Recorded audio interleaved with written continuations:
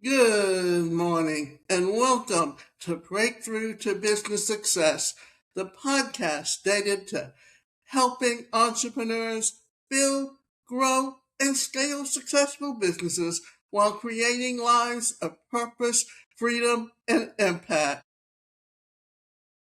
I'm your host, Davida Shensky, entrepreneur, speaker, coach, and founder of Career Performance Institute. Every week, we explore the strategies, mindset shifts, and proven principles that help entrepreneurs overcome obstacles, seize opportunities, and create businesses that thrive. Today's episode is one that every entrepreneur, whether you're just starting or have been in business for years, needs to hear. We're talking about the entrepreneurial mindset, thinking like a business owner. One of the biggest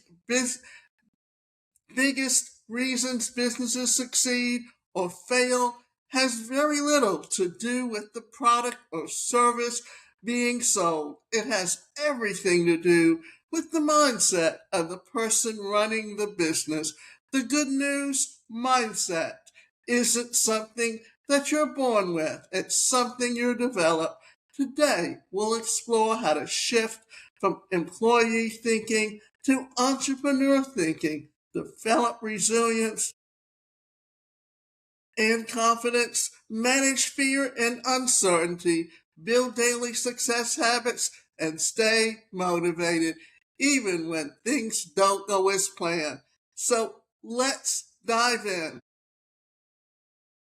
But the first thing I want to do is talk about an experience that I had recently because I think this is very important when you understand how you think like an entrepreneur. I know someone that didn't go to the pros, although he was in had the ability to because he suffered an injury in college. But he did work for corporations. He did work his way up into management, and he was very good in sales. Well, he decided to start his own business, and he had been doing business plans and basically shut it down when it came time for COVID to hit. And then he talked about starting it up. Then he talked about other ideas about starting a business. And I remember talking to him if he was going to start out a business, doing business plans, why not incorporate adding on being able to offer his clients the opportunity to gain funding for their business? Well, then he decided, called me and said he was ready to go ahead with that and he wanted me to be a part of the business. Got as far, we put together a logo. I registered a domain name for him. He paid me half of what he owed me for that. He was incorporating the articles, got it to the point where it was signed off, then failed. All of a sudden, he started in, I would like to have you refund that money I paid you so that I can go pay your bill. And my response to him was, when I was thinking about refunding the money to him, and then I looked at where the money was, what was left of it, because I had, knowing that that was payment that I was due, I used it to pay a bill. So I told him I didn't have the money anymore. Then he tells me, oh, that was a test because someone had said to him that I wouldn't pay the money back. Now, he paid me for work done. All of a sudden, he wants the money back. Then all of a sudden, he says, he turned around and he wanted, it was like the money was a gift. It was not a gift. I have an invoice that proves it was payment due. Then all of a sudden, it's like he was terminating things because his other partner said it wouldn't work. And then he demanded that I should go to my sister and get the money back. And then all of a sudden, he starts threatening me with a lawyer. You know, that is poor business practices. And the last thing I said to him was, well, all you had to do was tell me that you and Steve decided to go in a different direction and leave it at that. But all of a sudden, he decided he wanted the money back for, and that I owed him. Now, you were paying me for the domain name, for registering the domain name. You were paying me for creating a logo.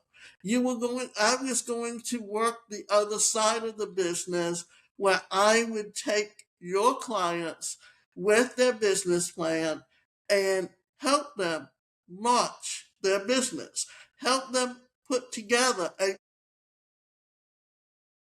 if they needed funding for loans. And now all of a sudden you decide you don't want to do that part of the business. Well, why don't you just sit down with me, not after you created all the articles and everything, and then put it in a Google Drive document, and I signed off on it, that, and then the two of you were going to sign off, and just to all of a sudden start doing things and making threats to me that were unnecessary.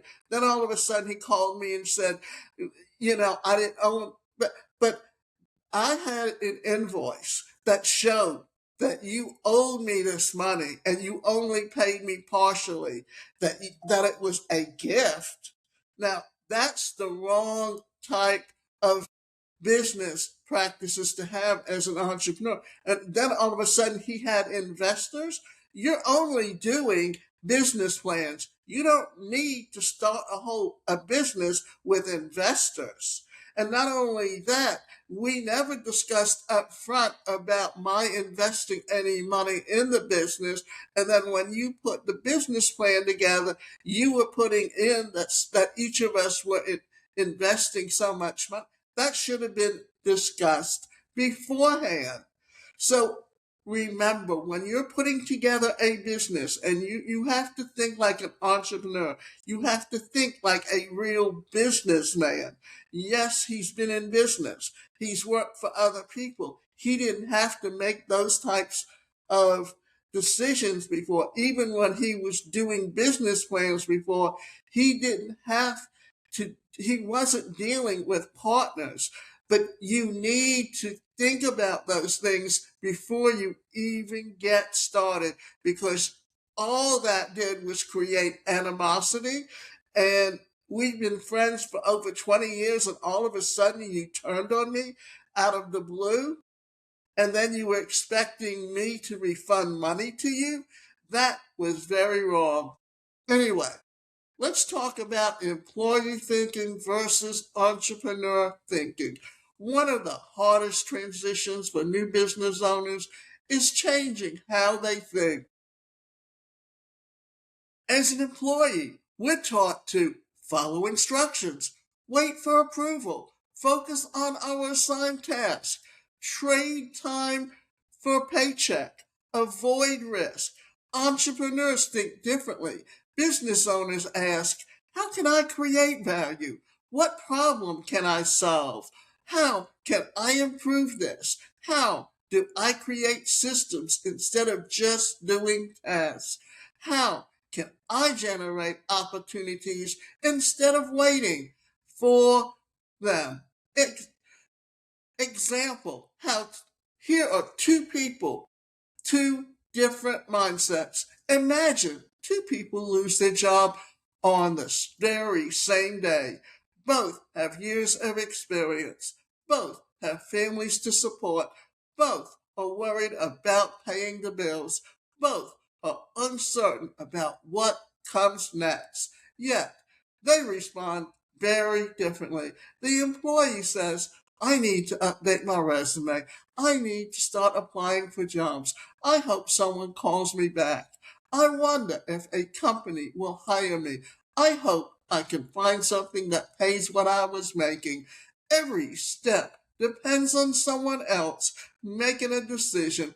They wait for a company to post an opening, review their application, invite them for an interview, and ultimately decide whether they're worthy of an opportunity. Now let's look at the entrepreneur. The entrepreneur says, what skills do I already have? What problems can I solve? What and who needs my expertise? Could I coach people? Could I consult with business? Could I create an online course? Could I start a podcast or YouTube channel? Could I write an ebook? Could I offer my services online? Instead of asking for permission, they begin looking for possibilities. They don't wait for someone else to create an opportunity. They create one themselves. Maybe they start by helping one client. That one client refers another. Soon, they're teaching workshops, speaking at events, selling digital products, or launching an online business. The difference isn't that one person is smarter than the other. The difference is how they think. The employee looks for another employer to provide security. The entrepreneur looks for ways to create value and understand that value creates income. Now, this doesn't mean entrepreneurship is easier than getting a job. Building a business takes time, learning, persistence, and hard work. There will be setbacks, uncertainty, and moments of doubt. But here's the advantage. Every effort you invest in building your future, your brand, and your business, not someone else's. For people with disabilities, this mindset can even be more powerful. Instead of wondering, will an employer accommodate my needs, you can ask, how can I design a business around my strengths? How can I work during the hours when I have the most energy? How can I use technology to overcome barriers? How can my personal experiences become the foundation of a business that helps others? That's the entrepreneurial mindset. That's the belief that while you may not control every circumstance, you can control how you respond to it. And that shift from wanting and waiting for opportunity to create opportunity, you can change not only your business, but the course of your entire life. Now, let me tell you about my story. When I entered the workforce, there were few opportunities for people with disabilities. You did have the Rehabilitation Act of 1973. And because of that, I was able to get a job within the industry that I was educated for with the state. But it was a six. Initially, I went to work when I was living in New York doing welfare recertification, but you didn't see anyone unless there was a guard on the floor, and you had paperwork that you had to get finished from the day before. So, and it really did not depend on how you were educated or what your degree is. And I was registered with the merit system in Georgia, where I was from and grew up, and ended up getting a job with the Lowndes Valdosta Development Center, basically representing people with developmental disabilities, doing Title VIII forms and going and visiting the families and going to meetings to see to it that our clients got the services they need. And the first 6 months was what I want to say, okay, a probationary period. And the supervisor there got her job because she had been running this kind of like daycare center for people with developmental disabilities. And when the laws changed, the state took it over. And every one of her social workers, after 6 months, were either forced out or automatically went back and onto the merit system and changed jobs to get away from her. And after the 6 month probationary period, she told me either you resign or you're going to be fired. And my attitude was, in that case, instead of depending on other people, what can I do to create a job for myself? And I knew that what I enjoyed most was standing up in front of people, giving book reports. And because I wanted to do group therapy with my training in psychodrama and my training in transactional analysis running groups, because I did not have the masters in those industries, because I did not have a PhD in those industries, I could not contract with companies. But I became very active as a speaker and a trainer. And I also went to work with as an independent consultant with one of I can't think of, because they changed the names. But at the time, they were the they ran the workshops for people with developmental disabilities, or rather, they they were they gave it was somewhere where they got paid and they did contract work, and I was there to teach them on self advocacy, and that money depended on on the company that fundraised money for them. And when that company decided they would no longer fundraise money for them, that caused the end to my job. But what it also did was I became more of a disability rights advocate, working with other organizations on a volunteer basis and looking to become a speaker and a trainer. But mobility, I did, because I didn't have the mobility or the money to put the media kit together. I was limited. In essence, that's one of the reasons I started my podcast, basically 20 years ago, when the industry was just getting started and when it was just called internet radio, and doing what I do today.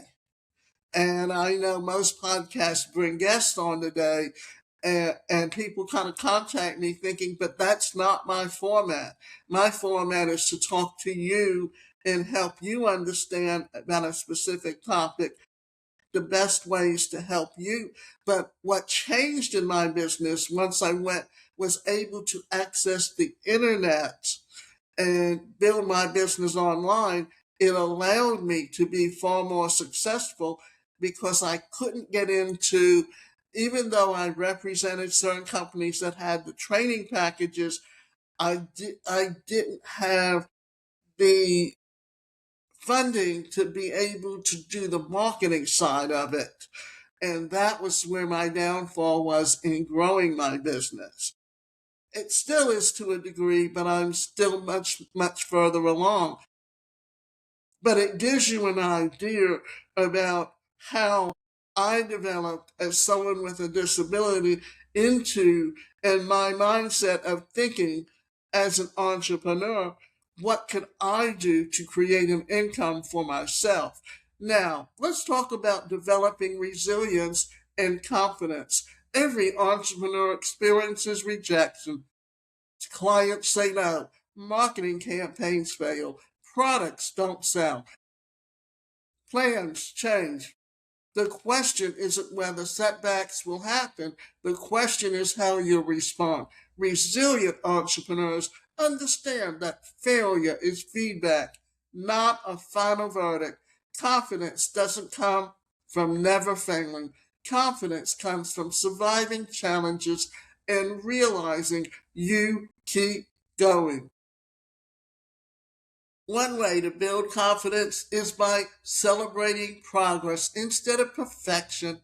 At the end of each day, ask yourself, what did I accomplish today?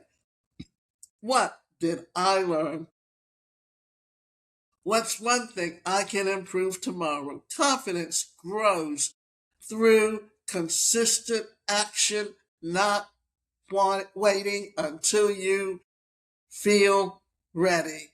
Building confidence one step at a time. One of the biggest obstacles entrepreneurs face isn't a lack of talent or opportunity, it's a lack of confidence. Many people believe confidence comes first and then they take action. In reality, it's the opposite. Action creates confidence. Think about learning to ride a bicycle. The first time you got on, you probably felt nervous. You may have wobbled, lost your balance, or even fallen a few times. If you have waited until you felt completely confident before getting on the bike, you would still be standing on the sidewalk today. Business works the same way. You don't become confident before making your first sales call, recording your first podcast, speaking on your first stage, or launching your first product. You become confident because you keep showing up and doing those things over and over again.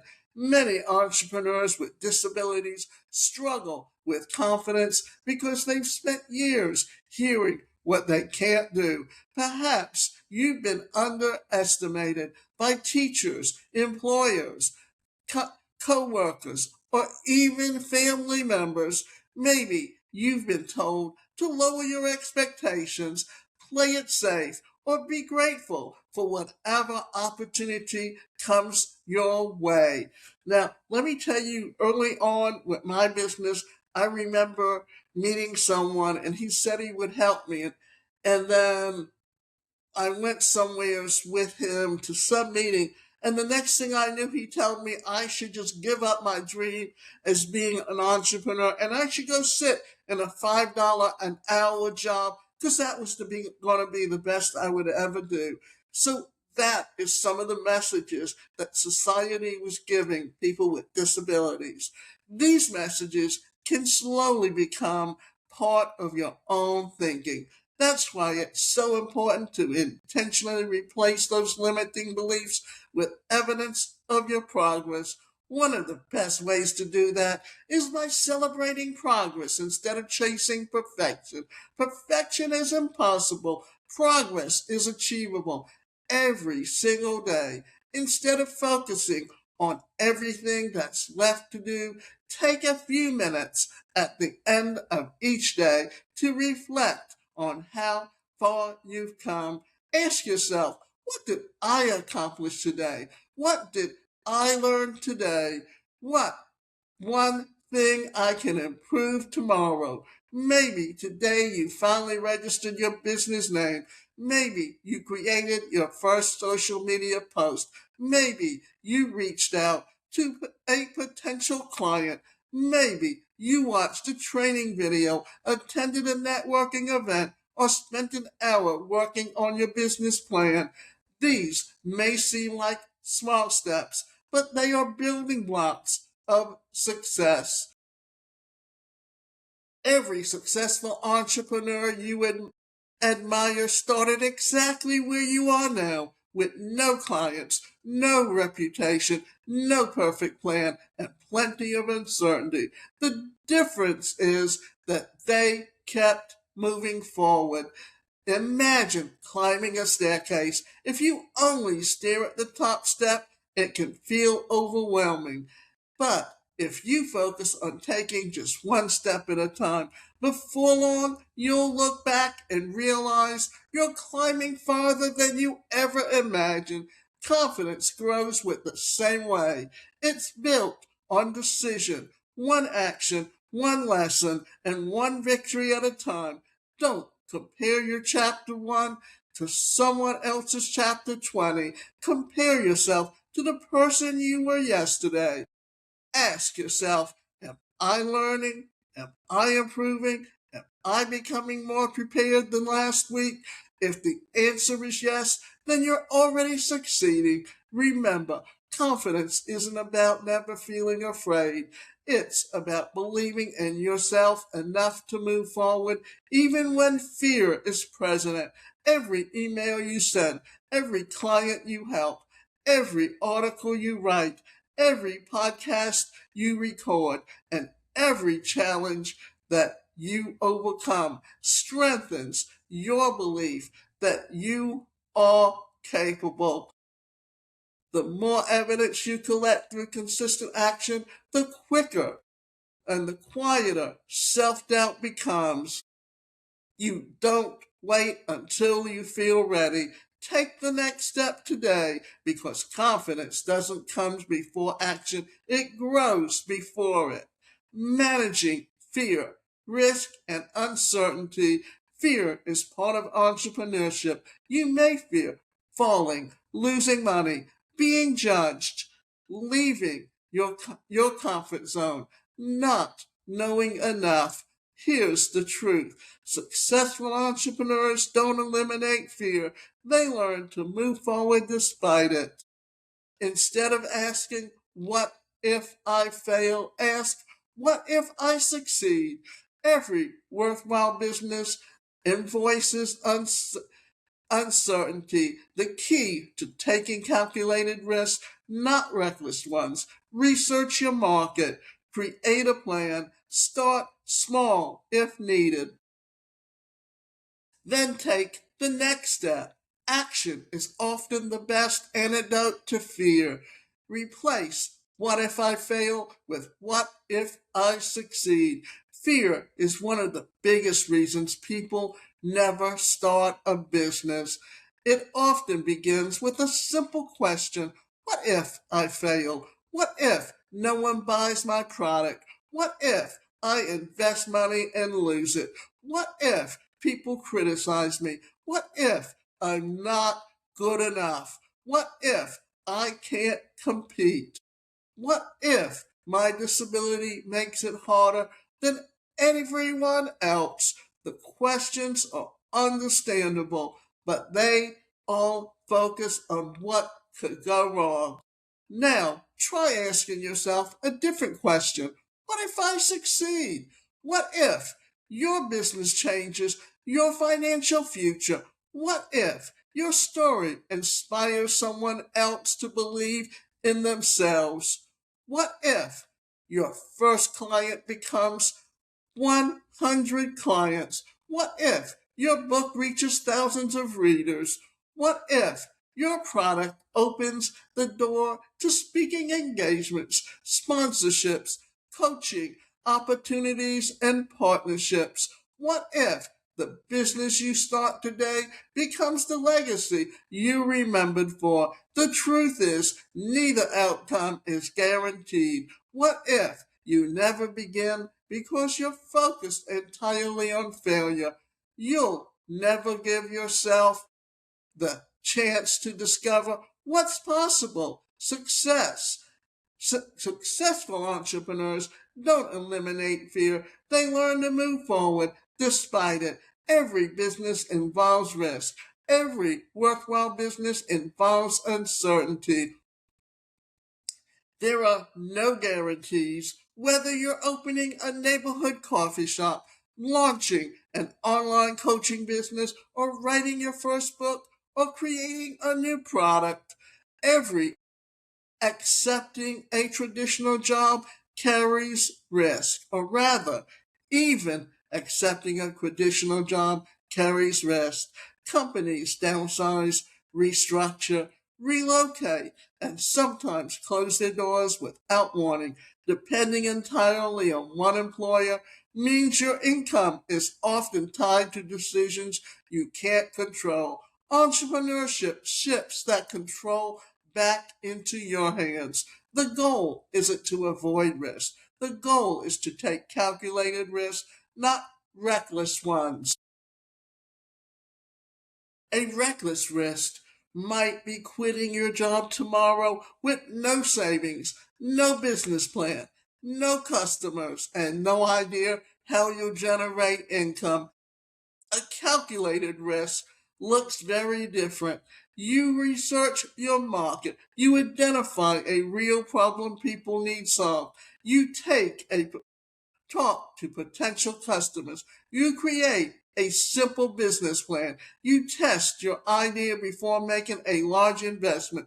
You build an emergency fund if possible. You learn from mentors who have already succeeded. You measure your progress and adjust along the way. There's no gambling. That's smart entrepreneurship. Start small, learn fast. One of the biggest misconceptions about starting a business is that everything does not happen overnight. Many successful entrepreneurs begin with a side hustle while working another job or managing other responsibilities. You don't have to launch with 10 products. Start with one. You don't need 1,000 clients. Focus on serving your first one exceptionally well. You don't need a perfect website. You need a way for people to find you and understand how you can help them. Each small success builds confidence and teaches valuable lessons that prepare you for bigger opportunities. For entrepreneurs with disabilities, the approach can be especially valuable if you're living with a disability. You may need to pace yourself around medical appointments, therapy, function. Well, fluctuating energy levels or accessibility needs. That's okay. Build a business that works with your life, not against it. Perhaps you begin by working a few hours each week. Maybe you start from home using technology and AI to increase your productivity. As your confidence, skills, and income grow, your business can grow with it. Success doesn't require you to move at someone else's pace. It requires you to keep moving. Action is the best antidote for fear. Fear grows when you stand still. The longer we wait, the more our imagination creates reasons not to act. We begin overthinking every decision. We convince ourselves we're not ready. We compare ourselves to people who have been in business for years. But something remarkable happens when you take action. You gain information, you gain experience, you gain confidence. Even if something doesn't work exactly as planned, you've learned something that will help you make a better decision the next time. That's how successful entrepreneurs grow, not because they never make mistakes, but because they refuse to let fear make their decisions. So today, instead of asking, what if I fail? Ask yourself, what if this business changes my life? What if I become financially independent? What if I inspire others with disabilities to pursue their dreams? What if this decision opens doors I can't even imagine today? Then take the next step. It doesn't have to be a giant leap. Register your business, write your business plan, create your website, call a potential client, publish your first article, record your first podcast episode. Take one meaningful action because every successful business begins with someone who was willing to act before they had all the answers. And that first step may be the one that changes your life forever. Daily habits that build success, that on successful entrepreneurs, success isn't built in one big moment. It's built in the habits that you practice every day. Consider developing habits such as setting your top 3 priorities each morning, spending time learning something new, networking with one new person each week, reviewing your business goals regularly, exercising and taking care of your health, reading books, or listening to your podcasts that help you grow, following up consistently with prospects and clients. Small habits repeated consistently produce extraordinary results over time. So remember, motivation comes and goes. Habits keep you moving. Success is built through daily habits, not one big break. Many people believe that successful entrepreneurs experience one magical moment that changes everything. Maybe they think someone suddenly becomes famous after one speech, one podcast, one episode, one best-selling book, or one viral social media post. What they don't see is the hundred of small actions that happen behind the scenes, the early mornings, the late night, the learning, the networking, the mistakes, the persistence. Success isn't built in one big moment. It's built in the habits you practice every day. Think of it like building a brick wall. One brick by itself doesn't make it impressive, but if you lay one brick every single day, eventually you've built something strong enough to last a lifetime. Business works the same way. The same things you don't consistently become the foundation of long-term success. Here are some habits that successful entrepreneurs develop and how they look in real life. Set your top 3 priorities every morning. Instead of starting your day with checking social media or email, take 5 minutes to decide the 3 most important things you need to accomplish. Finish a proposal for a new client. Record one podcast episode.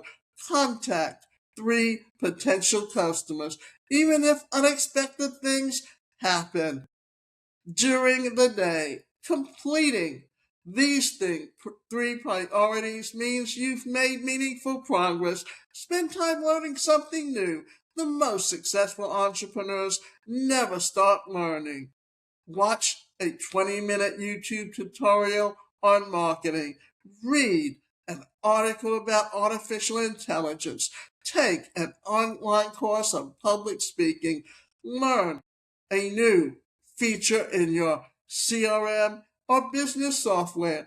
Just 20 to 30 minutes a day adds up to more than 180 hours of learning in a year, the equivalent of several college courses. Knowledge compounds just like money. Network with one new person a week.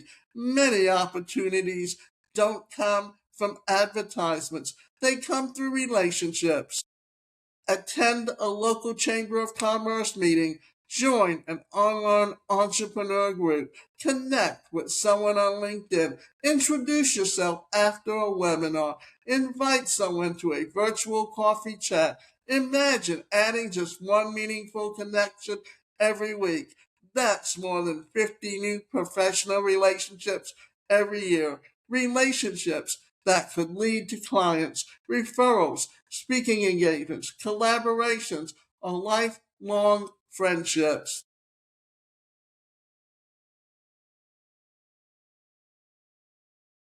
Now,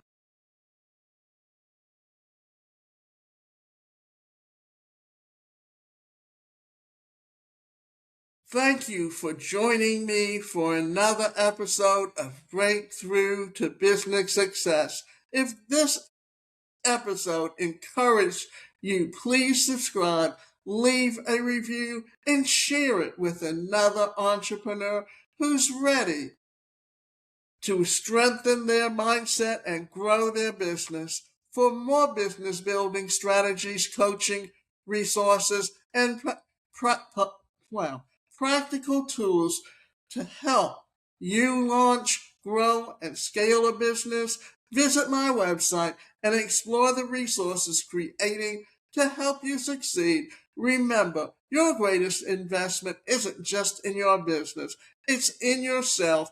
As your mindset grows, your confidence grows, your leadership grows, and your business grows with it. Until next time, I'm Davida Shensky reminding you that success begins in your mind long before it shows up in your business. Keep believing, keep growing, and keep breaking through to business success.